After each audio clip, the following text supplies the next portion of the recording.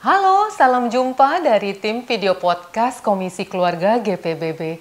Dalam episode ketiga bulan September kali ini, kita akan membahas tentang meningkatnya tingkat perceraian di Singapura.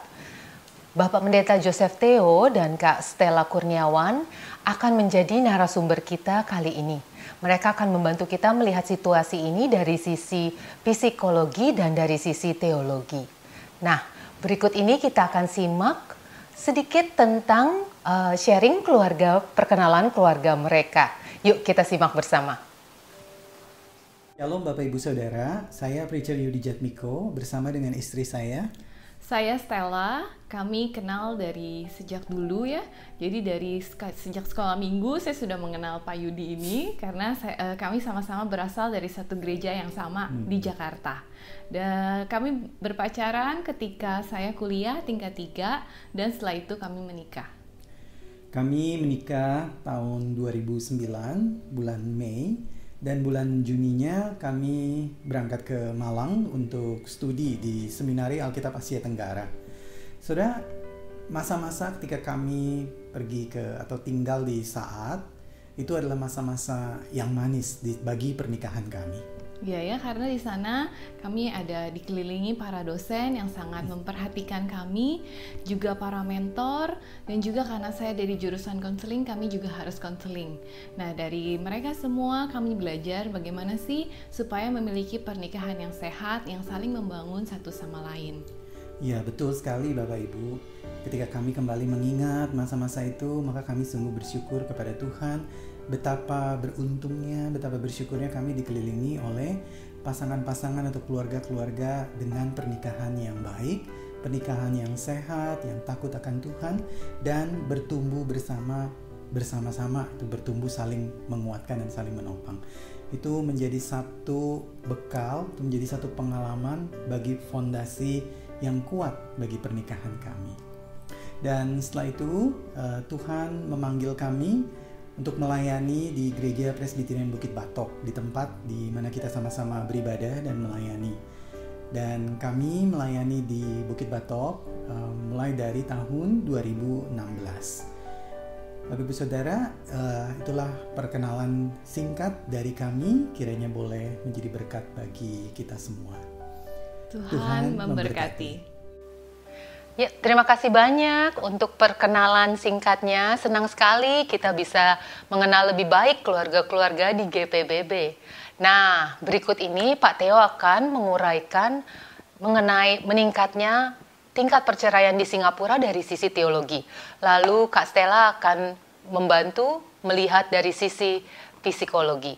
Nah, kita simak bersama yuk.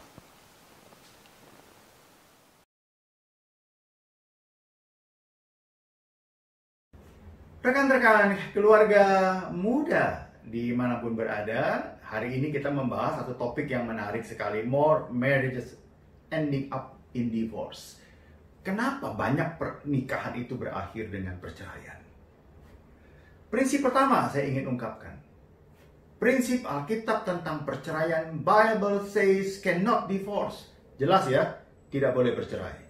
Saya kutip dari Matius 19 ayat 3-9. Tapi saya baca ayat 6, ayat 7. Demikianlah mereka bukan lagi dua, melainkan satu. Karena itu apa yang telah dipersatukan Allah tidak boleh diceraikan manusia. Kata mereka kepadanya, jika demikian apakah sebabnya Musa memerintahkan untuk memberikan surat cerai jika orang menceraikan istrinya? Ayat 8. Kata Yesus kepada mereka, karena ketegaran hatimu. Maka Musa mengizinkan kamu menceraikan istrimu. Tapi sejak semula tidaklah demikian. Tetapi aku berkata kepadamu, barang siapa menceraikan istrinya kecuali karena zina, lalu kawin dengan perempuan lain, ia berbuat zina.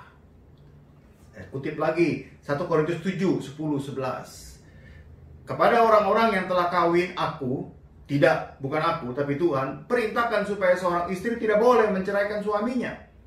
Dan jikalau ia bercerai, ia harus tetap hidup tanpa suami atau berdamai dengan suaminya. Dan seorang suami tidak boleh menceraikan istrinya. Saya ingin mengungkapkan data pernikahan dan perceraian di Singapura. Anda boleh perhatikan slide yang saya tampilkan. Ya. Ini marriage statistics, annual marriages. 2018 27.007 pasangan yang menikah. 2019 terjadi penurunan 25.434 pasangan. Ya. Nah, average rata-rata pernikahan setiap 5 tahun gitu ya, antara 2010-2014 itu 26.844 pasangan. Tapi 2015-2019 itu naik 27.389. Jadi average 5 tahunan itu sebetulnya 2015 periode sampai 2019 itu meningkat 27.000 ya, naik sekitar 1.000. Nah, sekarang kita lihat divorce statistik. Anda perhatikan ya, annual divorce-nya itu apa, Saudara? 2018 itu ada 7.344 pasangan yang bercerai. Jadi kalau tahun 2018 27.007 pasangan, yang bercerai itu 7.344, kurang lebih 27% gitu ya. Nah, yang bercerai itu adalah di tahun 2019 7.623. Jadi yang menikah 25.000, yang bercerai 7.623. Nah, yang menikah itu turun antara 2018 dan 2019. Tetapi tingkat perceraiannya naik dari 2018 dengan 2019. Maka average perceraian between 5 tahunan itu, kalau 2010 sampai 2014 itu 7.402 yang bercerai. Tetapi 2015 sampai 2019 itu 7.536 yang bercerai. Jadi peningkatan perceraiannya itu terjadi. Nah, kalau kita lihat slide berikutnya, ya ini snapshotnya, ya rekan-rekan, itu yang menikah memang turun, tetapi yang bercerai naik antara 2018-2013. Ya, kita lihat slide berikutnya adalah rata-rata yang bercerai itu durasi pernikahan antara 5 sampai 9 tahun. Jadi sebetulnya masih muda sekali usia pernikahan mereka. Antara 5-9 tahun itu adalah rawan sekali. Dan perceraian 29% itu di usia pernikahan 5-9 tahun. Nah, kita lihat common factors for marital instability. Jadi kita lihat nih faktor-faktor yang umum nih sebetulnya. Kenapa sih terjadi ketidakstabilan yang mengarah kepada perceraian? Data ini rekan-rekan ya, itu adalah faktor yang berkontribusi untuk ketidakstabilan pernikahan. Itu adalah yang pertama, loss of love, kehilangan kasih, kehilangan cinta. Nah, bagi pria ini penyebab pertama, 55%. Ya, yang kedua bagi pria itu adalah personality differences, artinya perbedaan personality. Yang ketiga itu 48,9% itu adalah karena sering bertengkar. Dan yang ketiga juga adalah lack of communication, jadi komunikasi yang stuck, tidak terjadi. Tapi bagi perempuan, bagi wanita, penyebab perceraian yang pertama itu justru adalah frequent quarrel, artinya sering bertengkar, ya. Itu penyebab pertama. Yang kedua itu justru adalah komunikasi yang putus, lack, ya. Yang ketiga baru adalah personality differences, artinya perbedaan personality. Jadi lucu, pria itu penyebab perceraian udah nggak cinta lagi. Wanita penyebab perceraian sering bertengkar. Nah, kalau kita lihat why get married, kok ironis ya, saudara-saudara ya? Kok begini gitu ya? Why get married? Itu pertama-tama 88% karena cinta. Menikah 88% ditanya, kenapa lu menikah? Karena cinta. Tapi ditanya, kenapa lu bercerai? Karena nggak cinta. Pening kepala kita, teman-teman ya. Ya. Kenapa lu mau menikah? Making a lifelong commitment. Mau bikin komitmen seumur hidup. Tapi ternyata adalah sering bertengkar. Kita lihat, kok paradoks seperti begini nih? Ya. Nah, kita lihat divorce rate by major religion. Ternyata yang paling sering menikah, yang paling sering bercerai itu adalah Kristen dan Katolik. Di mana Alkitabnya bilang, no, cannot divorce. Tapi ini yang paling sering bercerai. Paradoks lagi, ironis lagi nih teman-teman ya, keluarga muda. Ya, yang paling sering bercerai justru Kristen dan Katolik. Sekarang kita mau melihat penyebab perceraian dari sisi teologis. Yang pertama, perceraian itu terjadi karena kebebalan manusia. Kebebalan dari para pasangan itu. Matius 19 ayat 8. Kata Yesus kepada mereka, karena ketegaran hatimu Musa mengizinkan kamu menceraikan istrimu, tetapi sejak semula tidaklah demikian. Saya beri lingkaran merah di situ. Ketegaran. Kata kunci pertama pada perikop Matius 19 3-9 adalah kata ketegaran. Yunaninya itu adalah sklorokardia.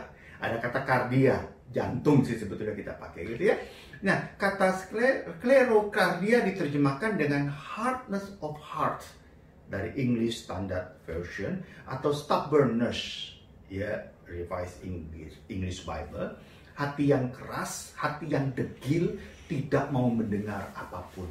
Nah, ingat kata kalau kanker hati, hatinya makin mengeras itu sirosis, ya, karena udah mengeras hatinya tuh, hatinya udah bebal, stubborn, udah mengeras dan sebagainya.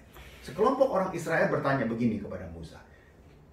Bertanya untuk mencari pembenaran, bukan kebenaran.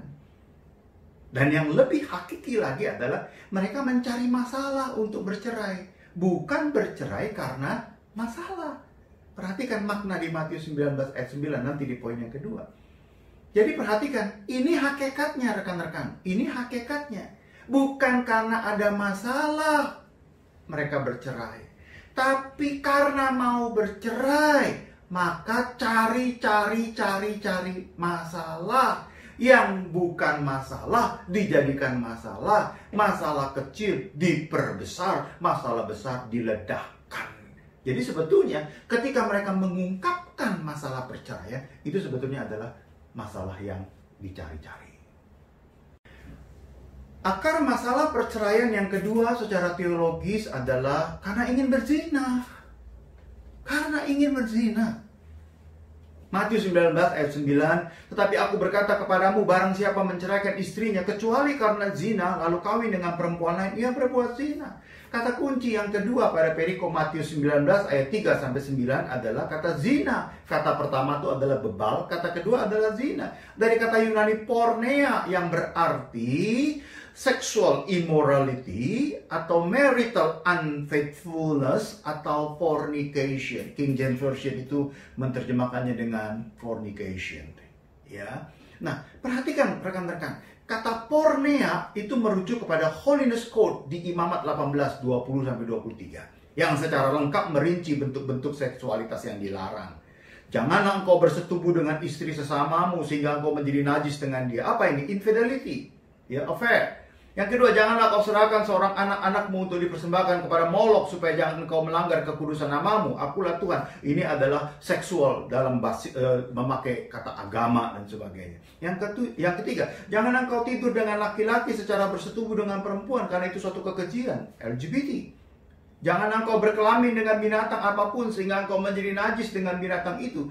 Seorang perempuan janganlah berdiri di depan seekor binatang untuk berkelamin karena itu suatu perbuatan keji, zoofilia atau bestiality.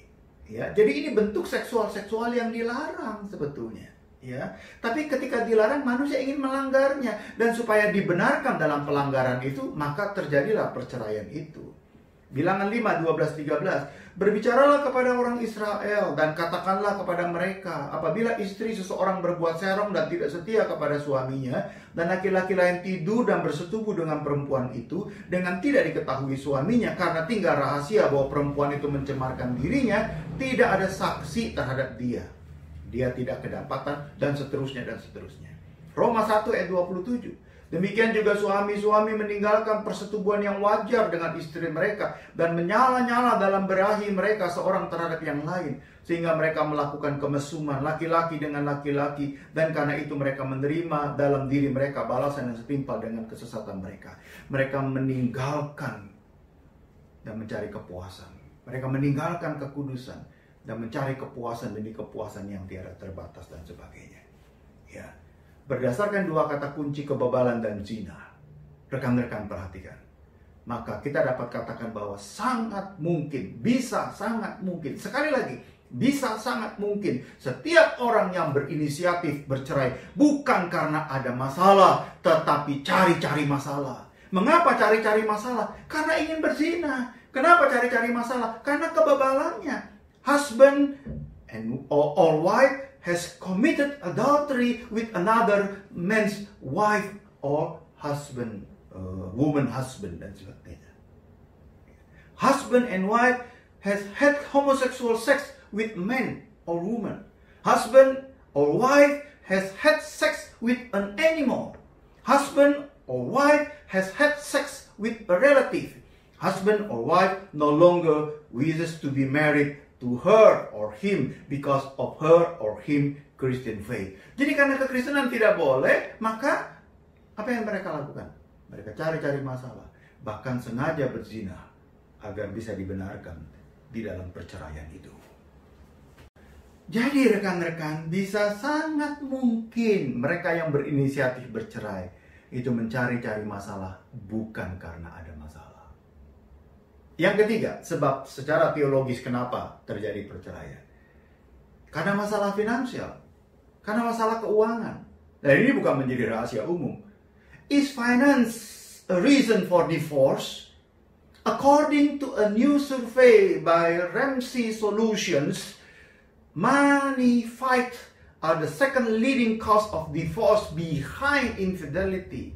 Nah, Ramsey Solution itu adalah sebuah lembaga yang ingin memperkuat keuangan dari para keluarga-keluarga supaya keuangan ini tidak menjadi masalah sumber keributan dan perceraian.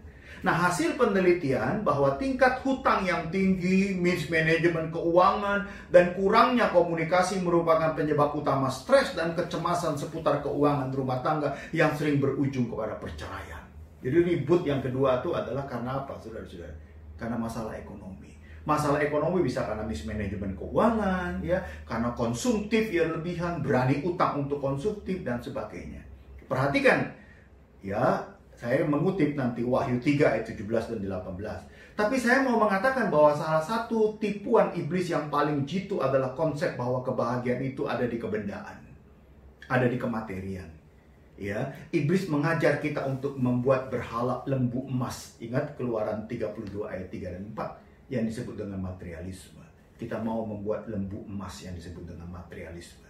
Rekan-rekan keluarga muda, godaan materialisme ada di mana-mana dan berusaha masuk ke dalam keluarga kita melalui pesan yang indah dan kebahagiaan palsu. Alkitab telah memperingatkan kita untuk waspada dan berjaga-jaga terhadap tipu muslihat iblis. Mengapa? Karena jika kita tidak berjaga-jaga, iblis akan mengubah fokus kita dari melayani Tuhan secara perlahan-lahan melayani iblis. Kalau kita nggak berjaga-jaga, ya, maka fokus kita dari menerima sederhana cinta pasangan itu akhirnya menolak dan tidak mampu menerima, dan godaan iblis itu akhirnya membuat selalu kita tidak bisa menerima keadaan keuangan keluarga, dan akhirnya kita mencari kesenangan lewat cara bercerai. Uang adalah perkara kecil, Lukas 16 ayat 10. Kenapa? Karena uang tidak bisa membeli dan memberi kebahagiaan. Uang tidak bisa memberikan hidup kekal dan makna hidup yang sejati.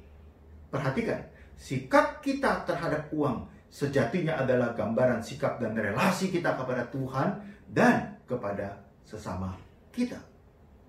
Yesus Kristus menjelaskan bahwa salah satu tanda seseorang memiliki kehidupan rohani yang sehat adalah memiliki sikap yang benar terhadap harta.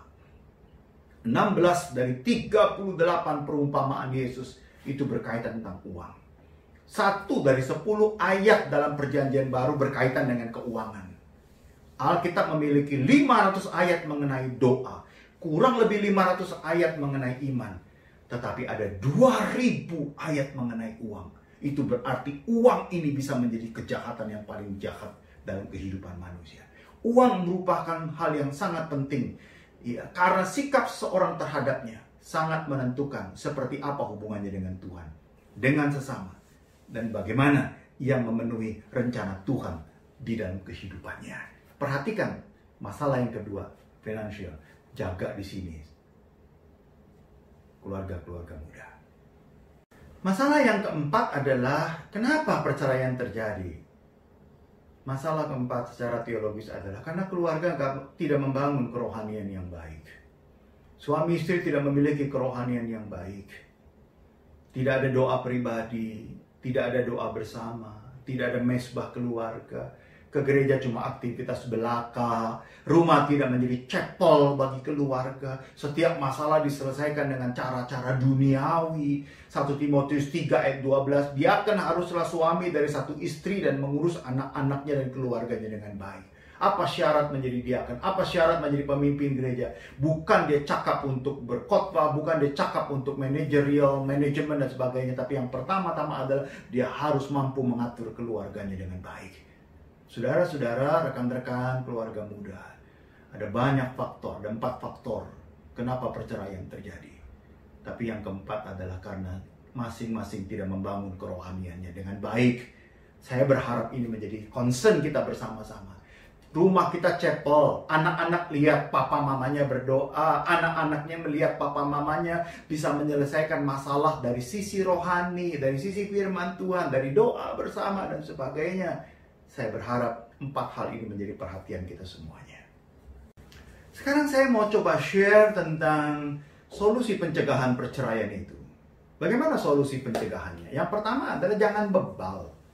Penyebab pertama perceraian itu adalah kebebalan. Nah, sekarang solusinya bagaimana? Jangan bebal. Selalu terbuka untuk dikoreksi. Waspada terhadap blind area kita dan hidden area kita. Blind area itu adalah orang lain lihat kelemahan kita, tapi kita nggak lihat. Orang lain lihat, kita nggak lihat. Kita dikritik, kita marah. Kita dikoreksi, kita marah, dan sebagainya. Suami nggak terima dikoreksi istri, dikoreksi anak-anak, dan sebagainya. Nggak bisa terima. Karena apa? Orang lain lihat, kita nggak lihat. Tapi yang kedua, hati-hati juga dengan hidden area. Sesuatu yang kita sembunyikan. Kita lihat, orang lain nggak lihat. Nah, ini lebih berbahaya. Kita simpan, kita sembunyikan. Kita lihat, orang lain nggak lihat. Itu menjadi kemunafikan juga buat kita. Nah, pertama-tama, mari kita punya semangat untuk dikoreksi. Ya, ayo koreksi kita. 1 Korintus 7 ayat 3, hendaklah suami memenuhi kewajibannya terhadap istrinya, demikian pula istri terhadap suaminya. Apa itu kewajibannya? Saling mengkoreksi, saling mengingatkan. Kalau kita membangun untuk sama-sama saling mengingatkan, saya kira kita akan memperkecil kemungkinan terjadi miskomunikasi, berkelahi, berantem, mengeluh, dan sebagainya. Tapi kita akan semakin dikuatkan untuk saling mengasihi satu dengan yang lain. Solusi pencegahan perceraian yang kedua adalah miliki komitmen kesetiaan total. Amsal 5 ayat 18, diberkatilah kiranya sendangmu, bersukacitalah dengan istri masa mudamu. Maleakhi 2 ayat 14, dan kamu bertanya oleh karena apa? Oleh sebab Tuhan telah menjadi saksi antara engkau dan istri masa mudamu yang kepadanya engkau tidak setia. Padahal dialah teman sekutumu dan istri seperjanjianmu. Miliki kesetiaan apa? Yang total. Mari kita cegah perceraian kita, jangan bebal. Laki, perempuan, suami, istri, saling koreksi. Tapi yang kedua, memiliki komitmen untuk kesetiaan total. Komitmen kesetiaan total. Saling menerima kekurangan masing-masing adalah cara lain untuk merasa cocok dalam berhubungan. Saya kutip Dr. Archibald Hart, mantan dekan Fakultas Psikologi di Fuller Seminary, California. Dia katakan begini, bahwa 2 orang menikah sesungguhnya memulai pernikahan dengan ketidakcocokan. Dengan berjalannya waktu, masing-masing belajar mencocokkan diri, akhirnya berhasil hidup harmonis walau tidak cocok. Jadi berusaha untuk menjadi cocok, bukan menghilangkan ketidakcocokan, tapi berusaha hidup harmonis walaupun ketidakcocokan ada, tapi tetap harmonis. Itulah cocok yang indah. Saling menerima kekurangan, bukan sebagai sebuah kelemahan, tapi saling melengkapi satu dengan yang lain. Kita punya komitmen ini. Kita menikah dengan orang yang kita cintai, dan selanjutnya kita mencintai orang yang kita menikahi terus-menerus. Dan ini poin secara teologis. Pernikahan bukan usaha untuk menjadi pasangan yang cocok, tapi usaha untuk menjadi pasangan yang benar dan setia. Camkan ini, pernikahan adalah wadah untuk memuliakan Tuhan, bukan untuk memalukan Tuhan. Pernikahan adalah usaha kerja keras untuk menyesuaikan diri dan mengharmoniskan hubungan. Pernikahan adalah salah satu hal yang bisa dipersembahkan kepada Tuhan untuk memuliakannya, bukan untuk memalukannya. Galatia 5 ayat 22-23, tetapi buah roh ialah apa? Kasih, sukacita, damai sejahtera, kesabaran, kemurahan, kebaikan, kesetiaan, kelemah lembutan, dan seterusnya sampai yang terakhir penguasaan diri. Di situ dikatakan tidak ada hukum satupun yang menentang hal-hal ini. Itu berarti Saya ulang sekali lagi, pernikahan bukan usaha untuk menjadi pasangan yang cocok, tapi menjadi pasangan yang benar dan setia. Solusi yang keempat, yaitu tata manajemen keuangan kita. Kita memiliki kemampuan manajemen keuangan, menabung, ya, seperti Tuhan mengarahkan Yusuf untuk menyimpan atau menabung untuk masa depan, ya, menabung. Pengeluaran harus belajar untuk harus belajar untuk puas dengan apa yang kita punya, mengontrol keinginan, mengedepankan kebutuhan. Kita kepengen, tapi kalau nggak butuh buat apa? Saya kira Anda semuanya para ahli ekonomi lah ya, tapi seringkali hati-hati. Janganlah kita mengejar kepuasan itu. Kita diberkati Tuhan, tapi jangan sampai berkat itu membuat kita lost control keinginan dan kepuasan kita. Sampai akhirnya gara-gara ketidakmampuan manajemen keuangan, maka akhirnya kita jebol keuangan kita. Dan akhirnya itu yang menjadi persoalan. Gaji nggak cukup, utang banyak dan sebagainya. Kenapa? Karena sebetulnya gaya hidup kita yang nggak bisa dikendalikan dan dikontrol. Gengsi kita dan lain sebagainya. Maka kesetiaan wanita diuji saat lelaki tidak punya apa-apa.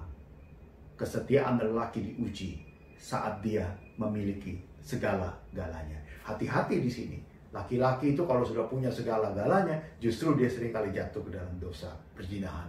Ya, ketika dia sudah punya segala-galanya, maka seringkali dia mau menceraikan.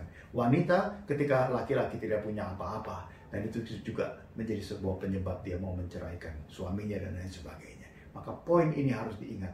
Mari kita tata manajemen keuangan kita dengan baik. Solusi yang terakhir, yang keempat, bagaimana mencegah perceraian. Bangunlah kerohanian yang baik. Yosua 24 ayat 15, Yosua menantang Israel. Aku dan keluargaku akan memuliakan Tuhan. Akan setia ikut Tuhan, aku dan keluargaku. Kalau kau mau meninggalkan Tuhan, aku tidak akan meninggalkan Tuhan. Mari bangun kerohanian kita. Belajar untuk punya chapel, belajar untuk punya family altar, belajar untuk berdoa bersama-sama dan sebagainya. Jalankan peran masing-masing. Jangan menuntut pasangan, tetapi menuntut diri sendiri. Jangan mau menyerah dengan keadaan. Sadar masalah cuma godaan yang mau menghancurkan keluarga. Miliki sahabat rohani yang baik untuk saling menguatkan. Ada teman-teman bergumul bersama, berdoa bersama. Mari kita membangun kerohanian yang baik. Karena kerohanian ini bisa menjadi benteng yang kokoh untuk menghadapi serangan-serangan dari luar yang ingin menghancurkan rumah tangga kita. Ingat, iblis itu menghancurkan kerohanian kita dari rumah tangga dan dari keuangan, bukan dari pelayanan. Ya, ini hancur iman kita dibagi kedua. Akhirnya keluarga menjadi berantakan. Solusi pencegahan perceraian, ya, jangan bebal. Selalu terbuka untuk dikoreksi. Kita waspada. Ya, ada blind area kita, ada hidden area kita, komitmen kesetiaan total, tata manajemen keuangan kita, dan membangun kerohanian kita makin baik, dan makin baik. Saya rasa ini saja yang saya ingin bisa berikan dan bagikan dalam waktu yang terbatas ini. Betapa dari sisi teologis, bahwa sangat mungkin orang bercerai bukan karena ada masalah, tapi cari-cari masalah untuk bercerai. Kebebalan itu sebabnya. Ingin berzina itu sebabnya. Yang ketiga, masalah financial aspek. Yang keempat itu adalah karena nggak punya kerohanian yang baik. Maka 4 ini juga bisa menjadi pencegahan. Jangan bebal, komitmen kesetiaan total, tata manajemen keuangan, dan membangun kerohanian yang baik. Tuhan memberkati kita semuanya.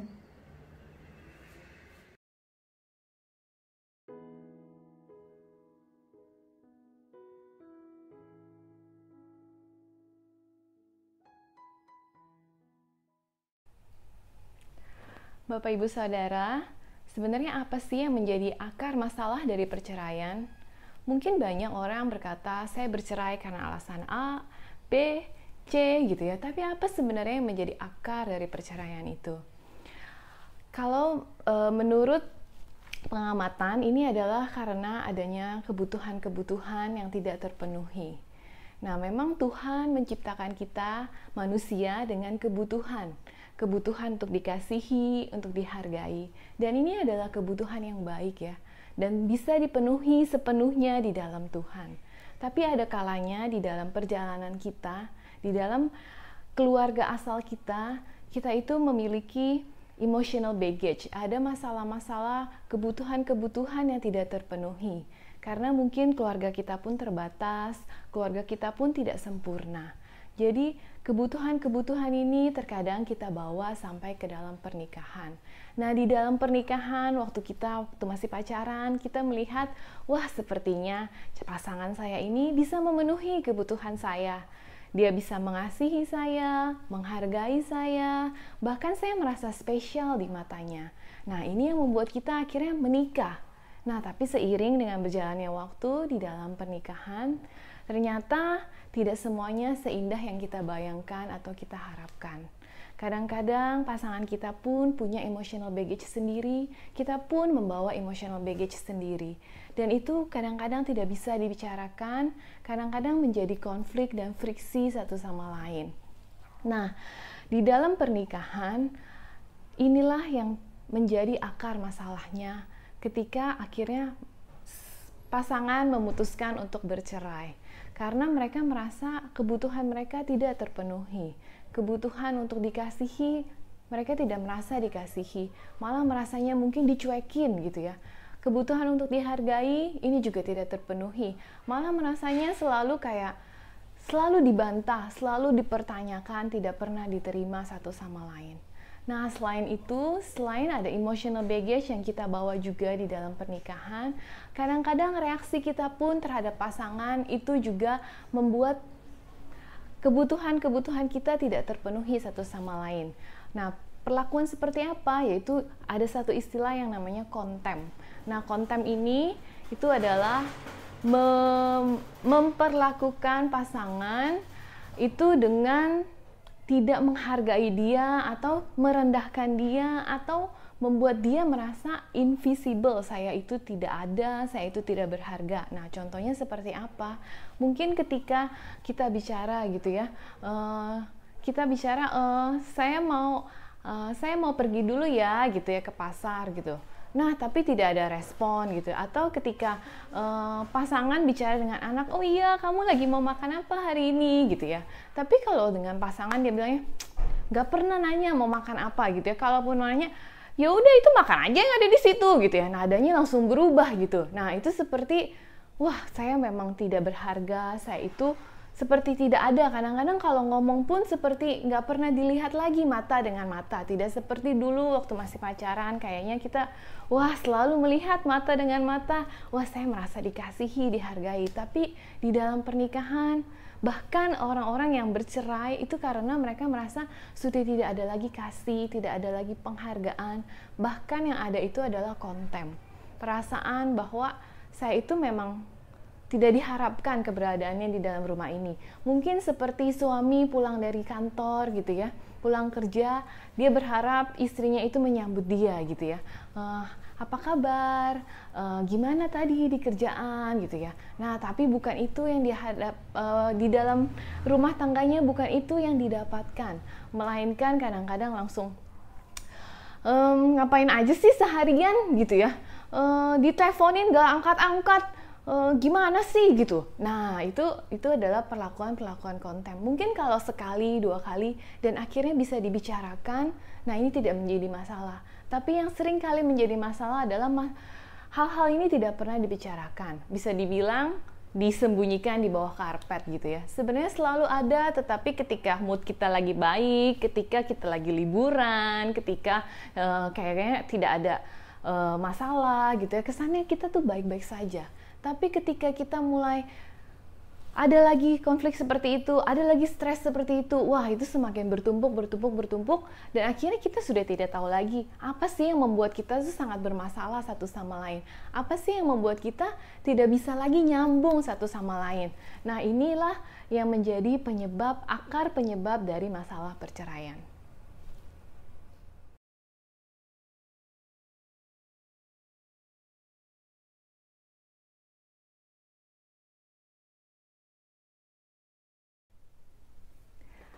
Bapak Ibu Saudara, bagaimana caranya untuk mencegah perceraian supaya tidak terjadi di dalam keluarga kita? Nah, ada satu istilah yang dibilang itu namanya bidding interaction. Nah, seperti apa sih itu? Nah, bidding itu seperti kita melempar bola. Nah, bayangkan aja kita main pingpong gitu ya. Nah, waktu saya misalnya melempar bola, itu namanya saya melemparkan beat gitu ya. Nah, ketika pasangan itu menyambutnya dengan baik, memukulnya lagi, mengembalikan kepada saya, nah itu namanya kita diterima biddingnya. Nah, tapi sebaliknya, kalau misalnya pasangan itu kayak cuek aja gitu ya, jadi ketika bolanya dilempar, itu ya udah dibiarkan saja sampai jatuh gitu ke bawah, nah itu biddingnya tidak diterima dengan baik. Atau ketika kita melemparkan bola, wah disambutnya dengan smash gitu, langsung puak gitu. Nah, itu juga biddingnya tidak disambut dengan baik. Nah, menurut penelitian, dari 10 bidding yang kita berikan, kalau yang 8-9 kali bidding kita itu diterima dengan baik, disambut dengan baik, itu biasanya relasi pernikahan menjadi baik. Nah, sebaliknya kalau hanya cuma 2 atau 3 yang diterima dengan baik, nah itu menjadi penyebab perceraian yang paling tinggi. Nah, contohnya seperti apa? Nah, contohnya ini bidding ini seperti ini ya. Misalnya kita sama-sama nih di rumah kan sama-sama suka lihat handphone, main handphone atau lihat sosmed gitu ya. Nah, tiba-tiba lagi pada lihat sosmed nih berduaan, istrinya bilang, ini kayak makanannya enak nih gitu ya. Nah, terus si suami kalau dia menyambut biddingnya dengan baik, dia akan bilang, oh ya, yang mana tuh? Coba lihat ada di daerah mana? Yuk nanti kita samperin yuk. Nah, itu biddingnya diterima dengan baik. Nah, tapi kalau misalnya pas istrinya bilang, ini kayak makanannya enak nih, suaminya cuek aja, dia tetep aja main handphonenya sendiri, atau dia cuma bilang, nah gitu ya. Nah, itu biddingnya tidak diterima dengan baik. Atau ketika biddingnya itu malah ditolak gitu ya, jadi langsung bilang, apa sih ganggu-ganggu aja, saya lagi sibuk nih gitu. Nah, itu malah biddingnya tidak diterima dengan baik. Nah, jadi seperti itu. Jadi semakin banyak bidding yang diterima dengan baik, itu relasi pernikahan menjadi semakin baik. Mungkin contohnya juga kalau dari sisi suami gitu ya. Nah, ketika ada pertandingan sepak bola gitu ya, nah istrinya itu juga semangat gitu ya. Mungkin nggak bisa nemenin nonton karena mungkin itu tengah malam gitu ya, karena harus urus anak-anak. Tapi mungkin bisa menyediakan misalnya snack untuk suaminya. Nah, itu bidding diterima dengan baik. Tapi kalau sebaliknya istrinya cuma bilang, aduh nonton mulu, ntar besok pagi nggak bisa bangun ini. Wah, itu biddingnya tidak diterima dengan baik gitu ya. Atau ketika ya udah dibiarkan aja masing-masing gitu. Nah, itu juga bidding tidak diterima dengan baik. Nah, jadi sangat penting sekali di dalam relasi pernikahan kita ketika pasangan kita menyampaikan sesuatu, ketika dia berbicara sesuatu atau dia menyukai sesuatu, kita juga boleh menyampaikan concern kita. Kita juga sama-sama menunjukkan bahwa kita itu pun berarti buat kita gitu ya. Jadi ketika kita melihat satu hal yang berarti buat pasangan dan itu juga berarti buat kita dan ada akhirnya biddingnya diterima dengan baik, nah ini relasi pernikahan menjadi harmonis. Nah, hal kedua juga ini adalah yang tadi ya kan waktu penyebabnya itu salah satunya adalah ada emotional baggage. Nah, ternyata di dalam pernikahan ada Kristus yang sudah mengampuni kita, Kristus yang sudah mengasihi kita begitu rupa, bahkan mati untuk kita di kayu salib. Nah, kasihnya itu yang boleh mengalir dan membuat kita, menjadikan kita tuh an agent of healing gitu ya. Kita itu sama-sama menjadi orang-orang yang bisa menyembuhkan satu sama lain. Karena hanya di dalam relasi pernikahan itu relasi yang paling intim. Tuhan sendiri yang membentuk relasi pernikahan, yang menguduskan itu, dan tidak ada relasi yang kita tuh sampai di altar berjanji kepada Tuhan, saya itu akan sehidup semati sama orang ini. Hanya di dalam relasi pernikahan kita berjanji seperti itu, berkomitmen seperti itu. Nah, dengan adanya komitmen seperti itu, Tuhan juga mau menjadikan kita agent of healing. Mungkin memang kita melihat pasangan kita itu punya emotional baggage yang dari keluarga asalnya. Nah, gimana kita akhirnya sebagai pasangan itu kita menyembuhkan gitu ya, kita menolong dia untuk akhirnya bertumbuh semakin sehat, menjadi pribadi yang serupa dengan Kristus. Nah, contohnya mungkin ya, contoh sederhana gitu ya, mungkin sang istri adalah orang yang dulu waktu kecil itu sering disalahkan. Jadi ketika dia melakukan sedikit kesalahan, dia merasa, wah kesalahan itu udah sangat besar sekali, dan tanpa dibilang, kamu salah, nah itu aja udah membuat dia merasa bersalah kalau dia melakukan kesalahan. Nah, contohnya mungkin ketika di rumah, memang mungkin sang istri kurang teliti atau apa, dia tidak sengaja menumpahkan air putih ke atas meja. Nah, sebagai pasangan yang menjadi agent of healing, mungkin sang suami perlu langsung saja mengambilkan lap meja gitu ya, atau tisu untuk menolong istrinya, dan tidak perlu mengatakan bahwa gimana sih begitu aja kesenggol, apa-apa kesenggol gitu ya. Nah, itu tidak perlu seperti itu gitu, karena sang istri sendiri sudah merasa bersalah dengan menumpahkan air putih itu. Mungkin itu hal yang sederhana, tetapi dengan respon suami yang langsung mengambilkan lap, mengambilkan tisu, menolong istrinya, membereskan mesh gitu ya, ke berantakan yang ada gitu ya. Nah, itu sangat menolong istrinya untuk sembuh gitu ya. Nah, sebaliknya mungkin ya di pihak lain gitu ya, untuk para suami mungkin juga ada, dia juga membawa emotional baggage tersendiri gitu ya. Dia itu sering merasa dia itu tidak mampu melakukan segala sesuatu gitu ya. Jadi sang suami mungkin dari kecil itu selalu bilang, gitu aja nggak bisa, gimana sih gitu ya. Nah jadi seiring dengan berjalannya waktu, walaupun dia sudah dewasa, dia selalu merasa dirinya itu nggak bisa, nggak mampu gitu ya. Nah, mungkin sang istri bisa menolong suami untuk bertumbuh bahwa suaminya ini mampu gitu ya. Suaminya ini bisa bertumbuh menjadi pribadi yang sehat gitu.